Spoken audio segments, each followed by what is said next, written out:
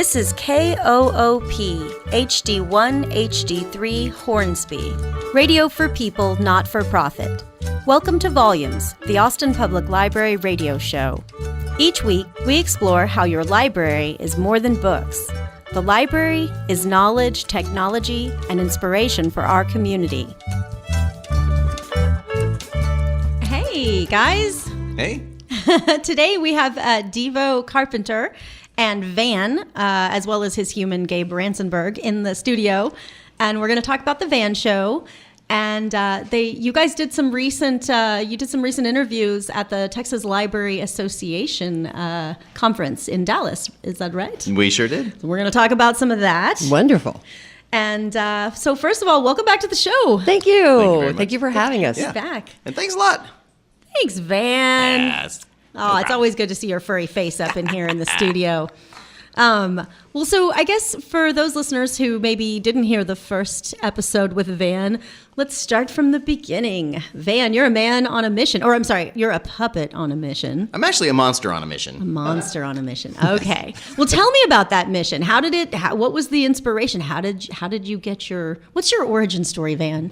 Well, I was actually born in the mind of Devo. Okay, should I take this one? I think you should. Okay. It's your baby. Well, years ago, I worked at a juvenile detention center with the Austin Public Library, and the one thing that kept coming up over and over with the kids is the fact that real people write books.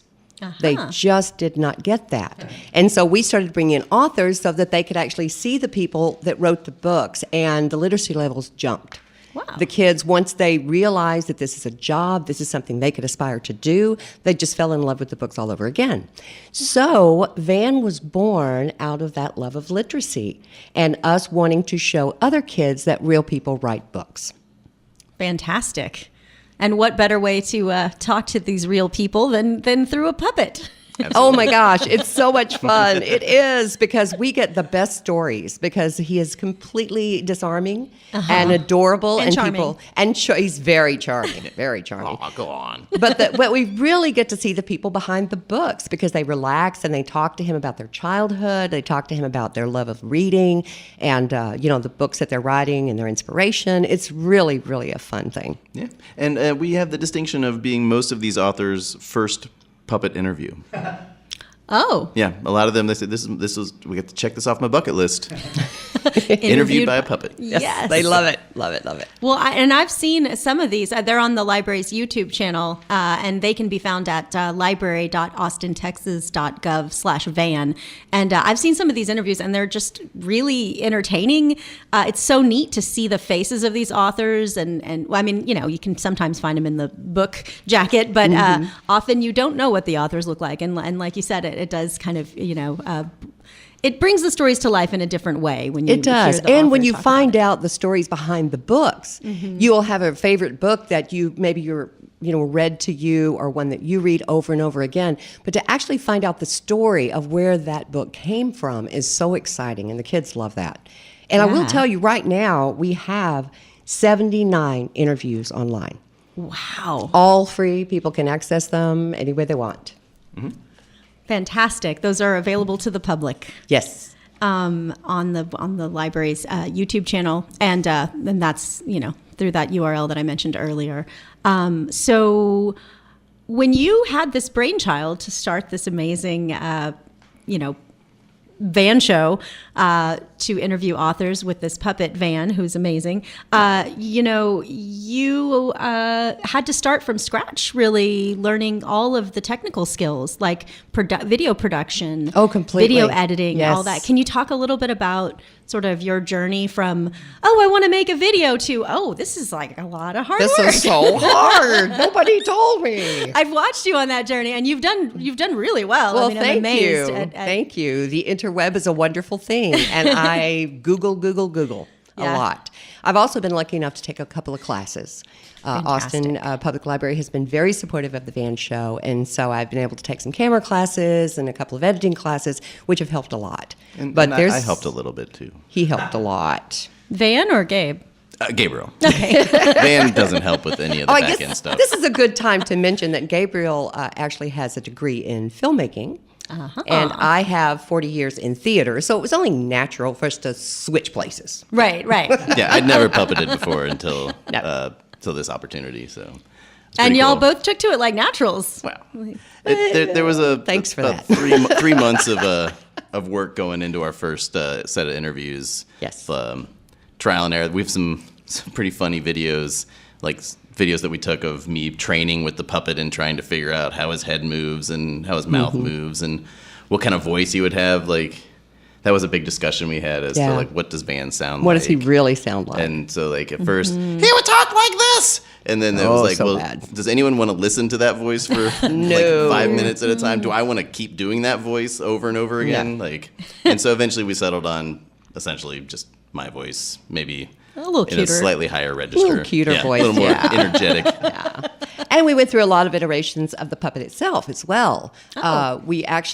I made a very scary mock Van for him to take home and practice Yes. with. Yes. He was made of denim and yes. had lots of pokey needles in him. Yes. Oh, dear. And he had 2 size eyes because I was still trying to figure out what Van was going to look like. So, we went through several noses and several eyes and several mouths and different configurations till we landed on our Van. Yeah. All right. So he was like Frankenstein's monster in a way. Yes, it was. It was.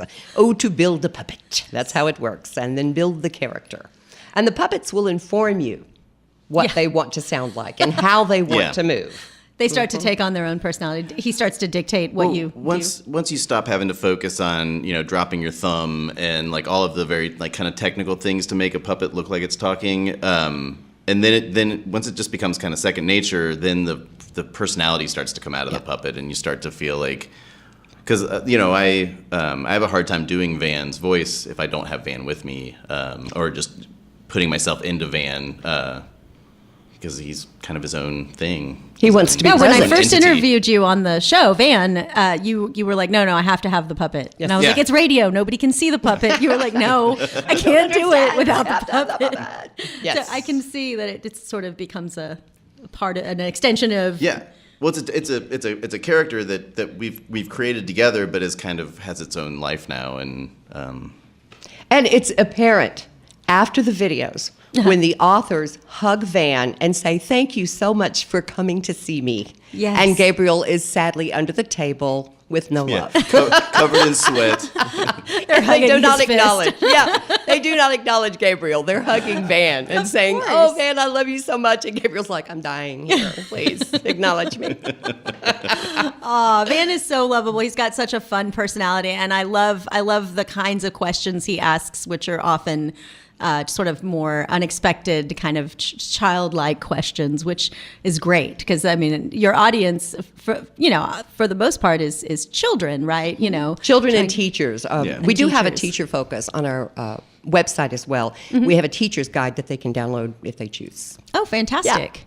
And then you're also doing some so a lot of the videos, the majority of the videos are interviews with children's authors, but Yes. there are a handful of videos where you kind of focus on the Austin Public Library itself, and a recent one where you interviewed our new director, Roosevelt Weeks. Yes. And I thought that came off amazing. And the last handful of author interviews that I saw also were just really, really moving and touching. And Thank so you. I'm excited to see the next ones that come out. So the next one that's going to be coming out is actually about the Austin wildlands.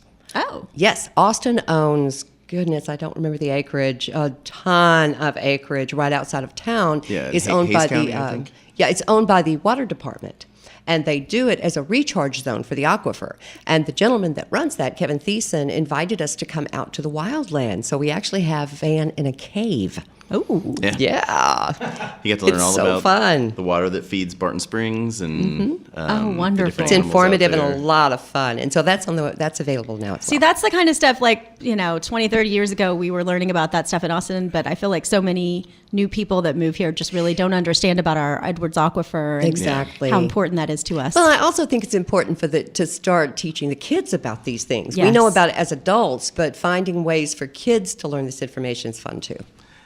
Yeah, and I believe they're planning on, and I don't know the dates or times for this, but the people at Kevin Thiessen is June working 9th. on June 9th. They're having a van-themed nature hike through one of these wildlands out in Hays County. So, cool. Yeah, so people can, if they want to, they can sign up. they can watch the video, and then There you go. they can go and see all the places that Van got to see. Oh, that's amazing. Yeah. Well, and Van is also sort of the mascot for this year's summer reading program, which is going to be featured Yes. on next week's Volumes Yes, show. All right. he sure is. Finally getting some props. Right. Well, we're going to continue this amazing conversation and get into all the rest of the stuff. But for now, we're going to take a short little break and hear some announcements. We're going to actually start off with Christina Madassi reading a short poem that was part of the Oral Literature monthly series, which features the Chacon Street poets. So we're going to listen to that, hear some announcements, and we'll be back. So I came to writing poetry by way of a friend of mine who's a photographer, Sarah Bork Hamilton. And she's a professional photographer, but she decided to limit herself to her iPhone, and this was about 5 years ago, to see what she could create. Everything in the phone, editing, post. And she posted it on Facebook each day, 365 days. And I thought, well, maybe I can write 2 lines of verse a day. And that's how I started writing again, and it had been years. And it led to this collection of poetry, Intent. And I ended up writing a fair bit around the idea of intent and intention. This is called Space and Time. How easy it is to choose to compromise. It feels like no choice at all. I never mean to put away my resolve. I just leave it unattended for a minute, I think, in favor of the urgent call of laundry, cooking, making a living. And when I come back, I'm surprised that somehow nothing's been done at all. The clothes worn, the food and money gone, and a great gap where my intention might have grown. I know now that it is as urgent as any chore and ever more important to make space and time for purpose than give it even more.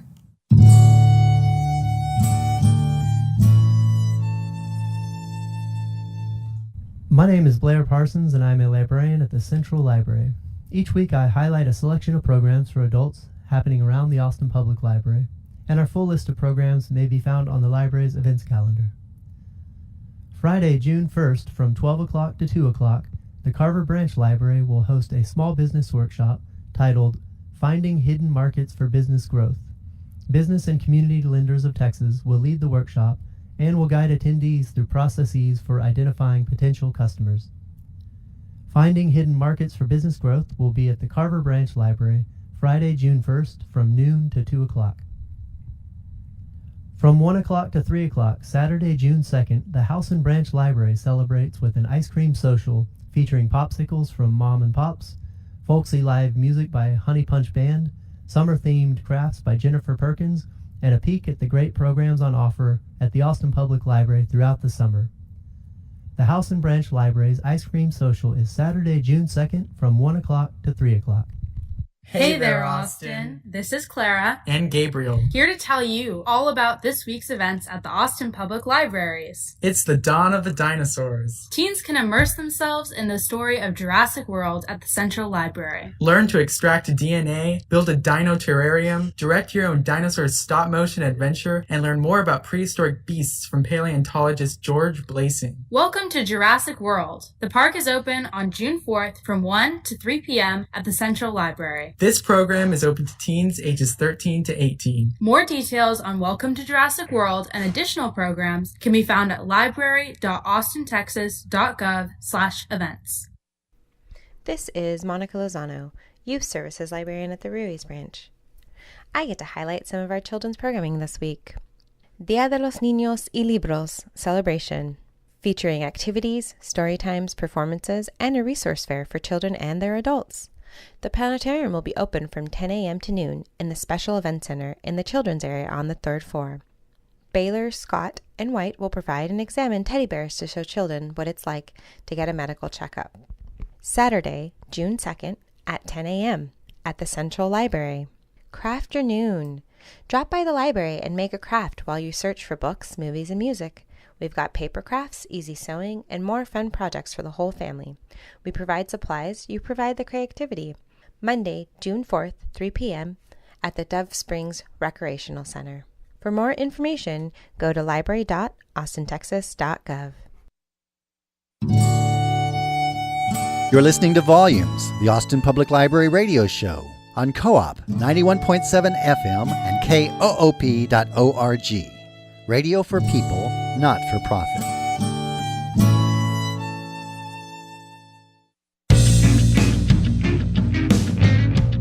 Support comes from East Side Pies, local pizza with local ingredients. 3 locations around Austin: East Side off Rosewood, Airport and 53rd, and Anderson Lane. Take out or eat in. Online ordering now available at eastsidepies.com.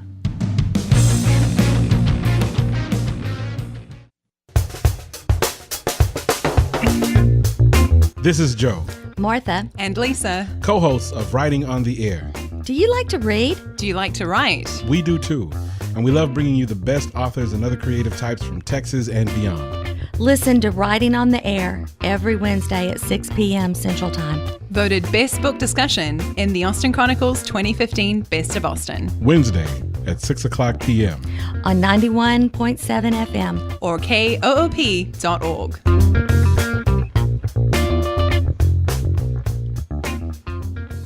And so right before those announcements, this is Volumes, the Austin Public Library radio show. And just before the announcements, we heard Christina Madassi reading a short poem that is part of the Oral Literature Monthly Series, which features the Chicon Street Poets. And information about the Oral Literature podcast can be found at library.austintexas.gov/volumes. Right now, we're going to get right back into our conversation with Van, who is a puppet puppet associated with the human Gabe Ransenberg, and Devo Carpenter, who is also part of the Van show. They make it happen. And Van does interviews with authors and library people, and it's a really great show. So right before the announcements, Devo and Gabe, we were talking about how you were saying that there's some teacher guides that are on Van's website. So it's library.austintexas.gov/van. Yes. And there's some teacher guides that kind of tell teachers how they can integrate. Well, it's a teacher's guide, but it's also good for parents too. Oh, cool. Because it gives some tips and some tricks on different ways you can utilize these videos and make them a part of a learning experience for a child. Fantastic. So over the summer, it might be fun, that teacher guide to be actually a parent guide. Awesome. So that the parents could read the book, watch the video, and then have a conversation about the person behind the book. Yeah, and Devo, didn't somebody at the Texas Library Association conference approach us and say that... Yes. Do you remember the story? Well, what happened was the Texas Library Association quite often has librarians from all over the state. And this includes those little bitty towns on the border, those tiny towns near Laredo and, West Texas, and Amarillo and all those places. And they don't get a lot of interaction with other libraries. And so this is a great way as well for us to reach out to other libraries and help them. So one of them came to me and they said, I love these videos, but I don't know what to do with them. And that's where the teacher's guide came from. And she was from just a little bitty town, population like 800 people. Wow. And so being able to access these videos for her students was huge because it opened the world for them. Absolutely. Because it's one thing, like you were saying earlier, to read a story and to love the characters and the art. Mm-hmm. It's another thing to sort of understand the craft that goes into creating that story. Yes. And how those stories come to be. And also open it up in a child's mind that this is an attainable goal. Absolutely. This is something they could do. Yeah. One of the stories that came out of TLA this year that was just so sweet is we had this young teenage boy come and talk to our intern, and he told her that he had accidentally run across our videos. And so he started showing the videos to his little sister when he would read books to her. And they got so excited about it that now he's writing books for her. Oh, wow. I know. It gives me chills. And so those are the kind of impacts that we're hoping that the Van Show will have with people, is open them up to the possibility not only of the authors they see, but the opportunity for themselves to be authors. That's really special. So over during the break, I was asking you guys how long you've been doing the Van Show, and you said 4 years? 4 years, yes. Wow. And and y'all have gone to TLA several of the years? We've been to TLA every year. Yeah, Every year? all 4 years. Yeah. All 4 years. Fantastic. TLA has been very kind. They give us a booth space there on the convention floor where the authors can easily find us and the other librarians can watch the interviews. And we recently added AISD to that list because they asked us to come out and do their book splash. And so we came out and we had an audience, and the kids were able to interact with the author after the interview as well. So that was great. Yeah, it added a whole nother dynamic. So having kids actually asking questions of the author on the show, it was really neat, allowing them that opportunity, and the fact that so many wanted to participate in it. Oh my goodness! And I tell you, kids know what they want to know. Yeah, because they are super fans. I mean, we had kids like on page 382, the character la la la took a sword to the head. Why didn't you get hit in the chest? You know, we were like, oh my goodness, that's amazing. Yeah, kids are great. Yeah, no kidding. Well, so having done this for 4 years, can you tell me, like, what are some of your favorite moments, or what are some of your favorite things about working on the Van Show? For me, a lot of the stuff. I mean, I love what we're putting out, and I think they're fantastic videos. But a lot of my favorite stuff actually ends up on the cutting room floor, because it's not really it's the stuff that's not really in the service of the videos that we're trying to make. Right. It's more like we interviewed Judd Winnick at this past TLA, and he's written a bunch of like Green Lantern and Batman stories, and cool. So like, there's about 10 minutes of that interview that hit the floor that was just me, like Gabriel, like speaking through Van, like asking him all these fanboy questions about Batman, and like, you know, what was it like to write a Batman story, and like, how cool was it that when the first time you wrote like the things coming out of Batman's mouth, and you know, So I mean, stuff that wasn't really in the service of what we were trying to get at, but I get to get my little fanboy moments in. Well, when the DVD comes out, that'll be in there. You go. The special extra, features, the extras. That's right. And it's really exciting to meet your heroes. Yes. Because a lot of the authors that come through the Van Show are people that I read to my kids when they were little. Yeah. Jane Yolen is a perfect example. She is fantastic. She's in her late 70s. She's written 365 books. That interview was, just so touching. So amazing. And such an amazing human being, you know. And that's the thing, is most of these authors are just so kind and so giving. And we're fans. We just love being able to have that moment with them and to be able to share it. And I think that comes across, like that excitement that y'all have, it comes across in the videos. And I think that it allows these children to, meet their heroes vicariously through Van. Yeah, we just interviewed Kate DiCamillo a couple weeks ago, and she was so excited to talk to Van. And she was also, I think, the first interview we had that the person was the same height as Van. Yeah, she's tiny. She's a very tiny woman. She's a powerhouse. How tall are you, Van?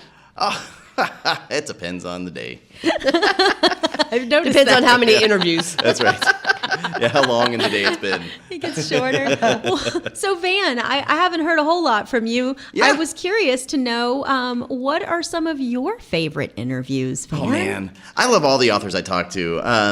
But I really love it when I get to sing with the authors. And you'd be surprised how many authors like singing. Varian Johnson and I, we sang, what was it, The Commodores? September. Oh, we sang September, that's right. And, and Mac Barnett and I sang a Katy Perry song together. That was a lot of fun. Remember that. And you play games, too. We do. We play games. Let's see. What's some fun games we played? Well, one thing we got to do a lot of this TLA is we interviewed a lot of illustrators. And so I got to have quite a few really famous illustrators do portraits of me. Oh yes, with their non-dominant hand. Oh, that was right. We challenged them to do it. That's what made it fun. To do it with the hand they don't normally draw with. That's a good challenge. Yeah, so I've got a couple portraits of me, one by Penelope Bijou, one by Dan Santat. Lots of cool stuff. Well, thanks, Stuff Van. for my refrigerator. Well, we're going to talk a little bit more about your upcoming appearance here in just a second. But before we get to that, I just wanted to know, you had said that there were some other, Devo, some other authors that were just really spectacular that are about to come out. You said, how many videos do you have coming out in the coming months? Oh, my gosh. We have 14 videos that have come out since April. Uh-huh. brand new videos. We've got 26 that will be out by the end of the summer. Ooh. Yes. So tease me. What's coming? Grace Lynn is on her way. She's pretty darn amazing. Max Brailer is on his way. Neil Schusterman is actually out. And Neil Schusterman won the National Book Award last year. So he's an incredible author, and we just posted his. Tui Sutherland. Wait, so I don't know Tui the Sutherland. authors' names. What are the what books are we like? Tui Sutherland wrote the Dragon series. Okay. Wings of Fire. Is it Wings of Fire? Okay. Yeah, I think there's a bunch of 10 books in that series now. Yeah. It's a big one. And then we've got Ron Bates with his series, The Unflushables, which is about plumbers. Go there. It's pretty fun. Aaron Blaby is hilarious. Oh my gosh, what a fun guy. Yeah. And he has a new series out called The Bad Guys, which is about a shark and a piranha And a snake. and a snake And a wolf. And they're trying to do good things because they have a bad rap. So, I believe, great series. Either DreamWorks or one of the big animation studios has DreamWorks optioned picked them it up. for a film. So they're going to make a film out of it. Oh, wow. Yeah. Let's see. Candace Fleming just wrote a new book called Fatal Throne, which is about the wives of Henry VIII, written by the wives. And this is a kid's book? It's a kid's book. Oh, I'm gotta read that. I know. I was like, I want to read that so bad. Penelope Bijou wrote a book about, I think, like 29 famous women. Yes. It's called Fierce Women. Yeah. Fierce and Brazen Women. Amazing. Brazen, yeah. Amazing. Yeah. And she also wrote one recently, maybe a year or two ago, about Mama Cass. Is that Oh, right? neat. Yes, she did. It was a great graphic novel. We're down to the last minute. So all of these authors have books that are at the Austin Public Library. Yes. Just All throwing of that them. out there. Library.austintexas.gov/catalog. And so you guys, Van has an upcoming appearance this Saturday at the Central Library. Can you tell me a little bit about it? We sure do. We are going to be interviewing at 10:30 Liz Garton-Scallion, at 11:30 Bethany Hedges, and at 12:30 Carmen Oliver. And all of these interviews are going to take place in the gallery, in the art gallery at the New Central Library. It's on the second floor, is that right? Yes, it is. Yes, and they're going to have an audience. So we're inviting anyone that would love to come, and you Open can to the ask your public. question, open to the public. You can ask your questions of these wonderful authors. Fantastic. So it starts at 10:30 in the morning is the first interview. First interview starts at 10:30. We have one at 10:30, 11:30, and 12:30. And the authors will also be reading from their works. And the whole family is welcome. Completely. We would love to have the family. Fantastic. Oh, thank you guys so much. Fantastic. Fantastic. I love it. Mwah, Van. I'm going to hug you, but not Gabe, okay? That's how it works.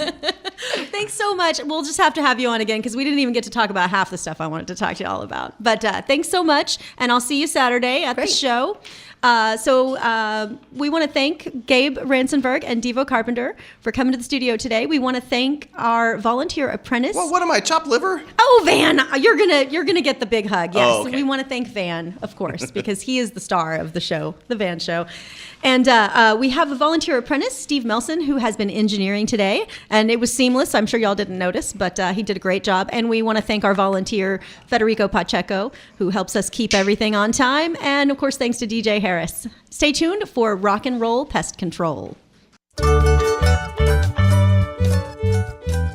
Thanks for listening to Volumes, the Austin Public Library radio show. Special thanks to our producer, DJ Harris, and to the musicians who composed and performed our original theme song, Andrew Noble on violin, Kirk Duvall on guitar, and Mike Wheat on percussion. And thanks to you, our listeners. Volumes, the Austin Public Library radio show, airs Wednesday afternoons at 2:30 on Co-op 91.7 FM and KOOP.org. If you catch us mid-show, full episodes and other details can be found at library.austintexas.gov/volumes.